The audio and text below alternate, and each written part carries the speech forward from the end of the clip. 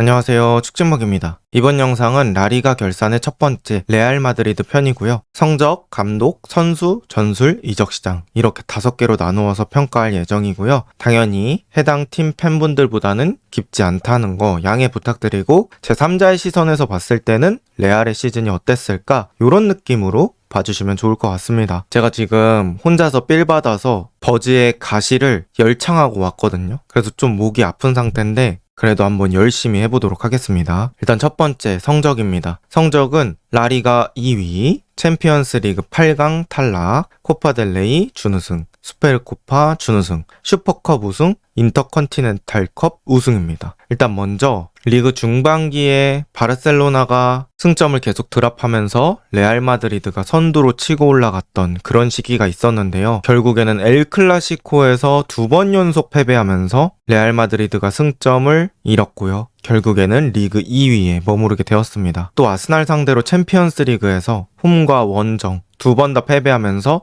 8강에서 탈락하게 되었고요. 레알 마드리드가 사실 대진운이 그렇게 좋진 않았어요. 플레이오프에서 맨시티 만나고 16강전에서 아틀레티코 마드리드 만나서 연장까지 갔기 때문에 많이 힘이 빠진 상태로 또 아스날을 만나기도 했고요. 워낙에 아스날이 경기를 잘 준비해오기도 했고 하필이면 또 데클란 라이스가 인생 경기를 하면서 레알 마드리드에게는 뼈아픈 탈락이 되었습니다. 또 지난 시즌 디펜딩 챔피언이었기 때문에 이 탈락이 더 가슴 아프게 느껴졌고요. 코파 델레이, 수페르코파 둘 다 하필이면 바르셀로나를 결승전에서 만나서 패배를 하게 되었고요. 레알 마드리드 입장에서는 다른 패배보다 더 쓰라리게 느껴졌을 것 같습니다. 그래도 슈퍼컵, 인터컨티넨탈컵 중요도가 엄청 높은 트로피는 아니지만 완전히 무관은 면하게 되었습니다. 감독 얘기를 좀 해볼게요. 안첼로티는 여러분들도 잘 아시겠지만 전술가보다는 매니저 형식의 감독이라고 볼 수 있습니다. 선수 관리를 주무기로 하면서 라커룸의 분위기를 잘 잡고 선수들에게 좀 자유도를 주는 스타일이죠. 하지만 레알 마드리드 2기, 그러니까 안첼로티가 이번에 부임했을 때는 토니 크로스라는 전술적인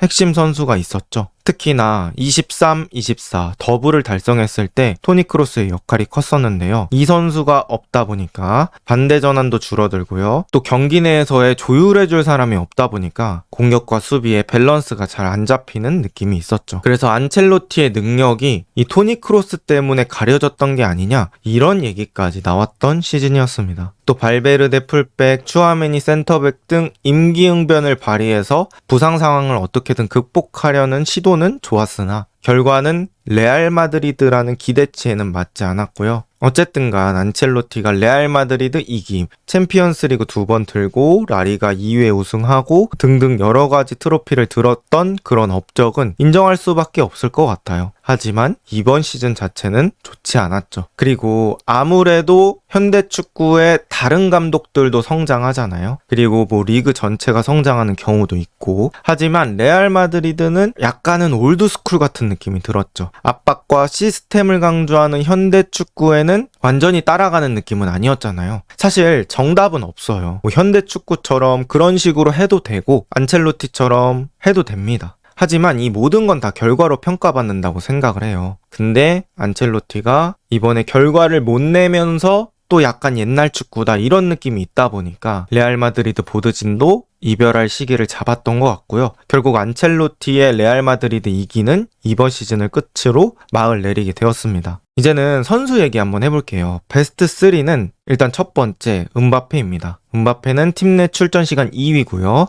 득점 1위입니다. 시즌에서는 42골을 넣었고 리그에서는 레반도프스키를 제치고 득점왕에 오르게 되었습니다. 그리고 음바페가 전 세계 1, 2위를 다투는 축구 선수인 만큼 그 기대치가 높았는데요. 아주 초반에는 조금 삐걱거리다가 자신의 이름값을 증명이라도 하듯 점점 적응하면서 첫 시즌이지만 정말 어마어마한 퍼포먼스를 보여줬고요. 레알의 명실상부 에이스의 역할을 했습니다. 두 번째는 발베르데입니다. 발베르데는 출전 시간 1위고요. 또 이번 시즌은 본인이 약간 덜 돋보일 수 있는 위치에서 플레이 많이 했던 것 같아요. 아무래도 카르바알의 시즌아웃으로 인해서 바스케스가 불안해지고 그러면서 발베르데를 풀백으로 사용하는 경기도 많았고요. 또 바스케스가 30대 중반이다 보니까 매경기 뛸 수 없으니까 뭐 그런 때에도 발베르데가 내려가서 플레이하는 경우들이 있었습니다. 어쨌든 자신의 본업도 했지만 부업도 많이 소화를 했고 그럼에도 퍼포먼스가 떨어지지 않았습니다. 그래서 발베르데 베스트에 넣을 수밖에 없었고요. 세 번째는 쿠르투아입니다. 쿠르투아도 이번 시즌 승점을 몇 점이나 벌어준지 모르겠어요. 패를 무로, 무를 승으로 바꿔준 경기들이 정말 많았고요. 아직까지도 건재한 골키퍼다 이렇게 느꼈습니다. 그 외 좋았던 선수로는 주드 벨링엄이 있습니다.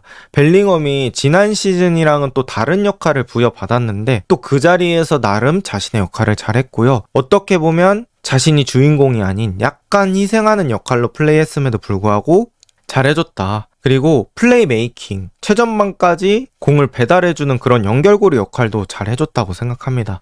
리디거도 레알 마드리드의 센터백 진에서 계속해서 오랫동안 출장하면서 중심을 그래도 잘 잡아줬다. 이렇게 볼 수 있을 것 같고요. 비니시우스는 시즌 막판에는 퍼포먼스가 조금 떨어지긴 했지만 한때는 음바페보다 경기력이 좋다. 이런 평가를 받을 정도로 또 시즌 초반에 기여치가 있기 때문에 좋았던 선수로 분류할 수 있을 것 같고요. 라울 아센시오 역시 좋은 발견이라고 볼 수 있겠습니다. 노쇠화된 레알 마드리드 센터백의 희망 같은 존재라고 볼 수 있고요. 워스트 3입니다. 워스트 3는 주급, 기대치, 지난 시즌 대비해서 뽑았는데 사실 레알 마드리드는 워스트 3가 아니라 4가 됐어요. 조금 어려웠는데요. 제가 바스케스하고 알라바를 선택하는 건 그렇게 어렵지 않았거든요. 그런데 세 번째 선수를 선택하는 게 쉽지 않더라고요. 그래서 미안하지만 레프트백 듀오를 선정하게 되었습니다. 일단 바스케스는 아쉬운 순수 수비력, 부족한 커버 능력 이런 것들을 보여줬다고 생각합니다. 사실 어떻게 보면 저는 이번 시즌 안첼로티 전술의 희생자라고도 볼 수 있다고 생각하는데요. 이유가 뭐냐면 비니시우스나 음바페 이런 선수들이 압박 타이밍이 아닌데 압박을 나가고 나머지 선수들도 같이 딸려나가게 되면서 윙어랑 넓은 공간에서 1대1 할 수 있는 상황들이 너무 많이 나왔던 것 같아요. 그런데 냉정하게 바스케스가 레알 마드리드 탑급 수비수도 아니고 어떻게 보면 커리어의 마지막을 달려가고 있는데 카르바알까지 없어서 중요도 높은 경기에 자꾸 투입되게 되었잖아요. 쉽게 말하면 바스케스가 감당할 수 있는 정도의 몫이 아니었는데 그런 몫들을 자꾸 감당해야 하는 상황들이 많이 주어졌다고 생각합니다. 어쨌든 승부의 결정적인 드리블 허용 같은 걸 했기 때문에 워스트에는 뽑힐 수 있죠. 그리고 두 번째는 알라바고요. 알라바는 주급 2위, 추정치로는 6억 7천 정도 받는다고 얘기가 나오는데요. 아무래도 FA로 합류해서 주급이 많은 거겠죠? 어쨌든 오랫동안 부상을 달고 있었고 나와서도 그렇게 좋은 활약은 아니었습니다. 그래서 알라바 역시 워스트 한 명으로 선정이 됐고요. 레프트백 듀오도 역시나 아쉬웠다고 볼 수 있어요. 프란 가르시아의 아쉬웠던 수비력, 페를랑 맨디의 아쉬웠던 공격력입니다. 이 둘 중에 그래도 누가 조금 더 잘못이 있느냐? 그럼 저는 맨디라고 생각해요. 맨디가 프란에 비해서 주급을 한 2배 정도 더 받더라고요. 그래서 이 레알 마드리드의 레프트백 문제는 또 이번 시즌 시급하게 해결되어야 할 문제가 아닌가 싶습니다. 그 외에 아쉬웠던 선수들은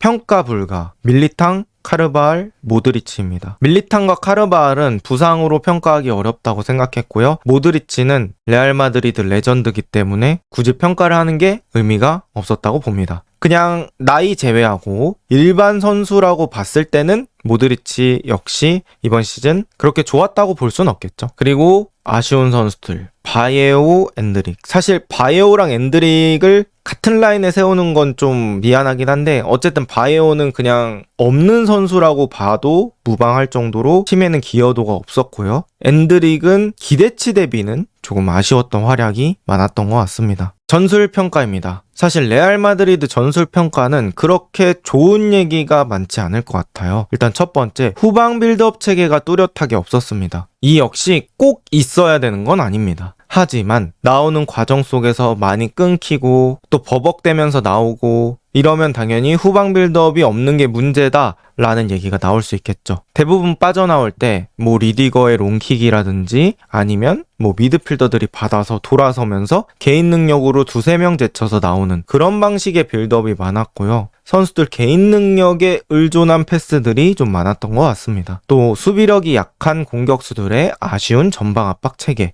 이것도 레알 마드리드 입장에선 좀 많이 아쉬웠는데요. 사실 레알 마드리드가 약팀 상대할 땐 이 문제점이 그렇게 부각이 안 되는데 강팀 상대로 할 때는 이 전방 압박 때문에 실점 기회를 허용한 적이 되게 많습니다. 그리고 강팀은 그 상황에서 골을 넣을 확률이 더 높잖아요. 그러다 보니까 이 전방 압박 체계가 아쉬웠을 때 더 문제가 부각된다고 생각하고요. 또 공수 밸런스의 아쉬움으로 간격 이슈 발생, 이렇게 적었는데 위의 것과 연관이 되는 문제라고 생각합니다. 음바페, 비니시우스 이런 선수들이 딸려 나가면 미드필더와의 간격이 벌어지고, 미드필더도 그 공간을 커버하기 위해서 올라가면 또다시 수비와의 간격이 벌어지는 거죠. 또 뿐만 아니라 음바페, 비니시우스 내지는 호드리구 이런 선수들이 공격하다가 끊겼을 때 빨리빨리 수비로 내려와 주지 않으면 공간이 벌어지고요. 그 공간에서 상대팀 공격수들이 쉽게 공격을 할 수 있게 되었습니다. 어쨌든 현대 축구에서 강조하는 요소들 있잖아요. 전방 압박, 또 빠른 전환 속도, 이런 것들이 레알 마드리드에는 부족했다, 이렇게 얘기할 수 있을 것 같고요. 음바페 영입 후에 벨링엄의 애매해진 활용. 사실 음바페 없을 때는 비니시우스, 호드리구, 벨링엄의 유기적인 스위칭으로 또 벨링엄의 활용도가 극대화된 면이 있었잖아요. 그런데 음바페 영입하고 나서는 그런 것들은 줄었다고 봐야 되고요. 벨링엄 역시 다른 팀 가면 무조건 닥주전, 무조건 핵심 선수로 뛸 수 있는 선수인데 레알 마드리드에서는 중요하게 생각해야 하는 선수들이 워낙 많다 보니까 이번 시즌에는 약간 희생하는 역할을 했다. 그래서 벨링엄이 가지고 있는 실력에 비해서는 조금 아쉽게 활용되지 않았나 라는 생각을 합니다. 그리고 또 토니 크로스가 없으니까 풀백 활용이 좀 애매해졌다고 생각을 하는데요. 원래 오른쪽에 있던 호드리구가 갑자기 왼쪽으로 쏠리면서 왼쪽에 숫자가 많아지면서 상대 수비들도 왼쪽으로 많이 몰리고, 토니 크로스가 거기서 공을 받아서 반대쪽에 돌아뛰는 발베르데나 바스케스한테, 발베르데나 카르발한테 한 번에 전개하는 그런 것들이 많았잖아요. 그러면서 오른쪽에서 공간을 받은 선수들이 가운데 쪽으로 크로스를 하거나 컷백해서 마무리하는 그런 패턴이 꽤 많았었는데, 크로스가 없다 보니까 그런 전환도 줄어들고, 그래서 풀백 활용도 조금 애매해진 것 같고요. 23, 24 때는 왼쪽 풀백은 왼쪽 윙어 수비 보조, 오른쪽 풀백은 오버래핑, 뭐 이런 역할 분배들이 돼 있었던 것 같은데, 이번 시즌은 그냥 되는 대로 했던 느낌이 좀 있었던 것 같습니다. 그 다음 개선 포인트입니다. 사실 감독이 바뀌었기 때문에